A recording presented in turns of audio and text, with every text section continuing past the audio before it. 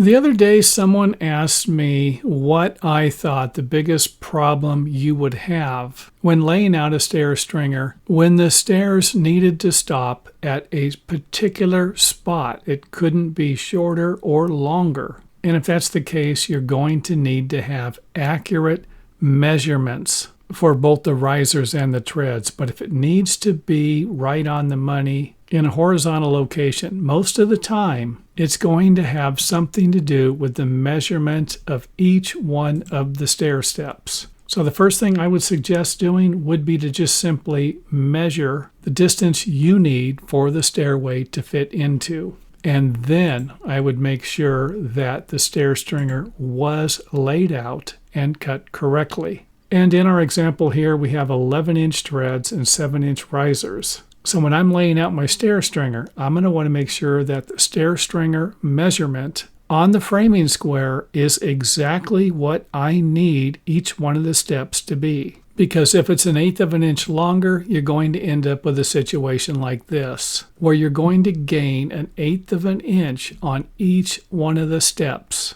So if we work our way down the stair stringer, you can see where it's gaining here.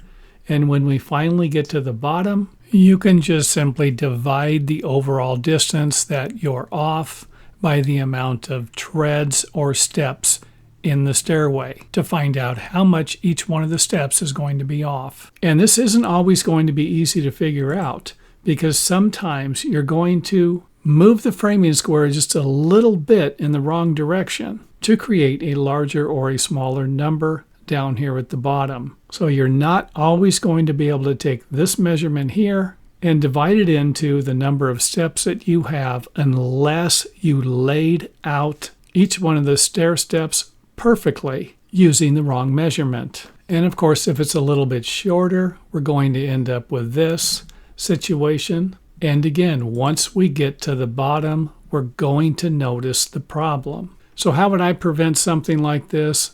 By setting my framing square up exactly where it needs to be. Then I would position it in the correct spot. I would be attaching it to the bottom and the top of the lower and upper floors, and then check the measurements. Now, another thing I would like to point out is that you need to make sure that all of the measurements are exactly where they need to be. And it's even going to be more important at the top here and the bottom. And if it really needs to be right on the money, then you're going to have to make sure that you allow for your riser thickness and any overhangs or undercuts you're going to be using.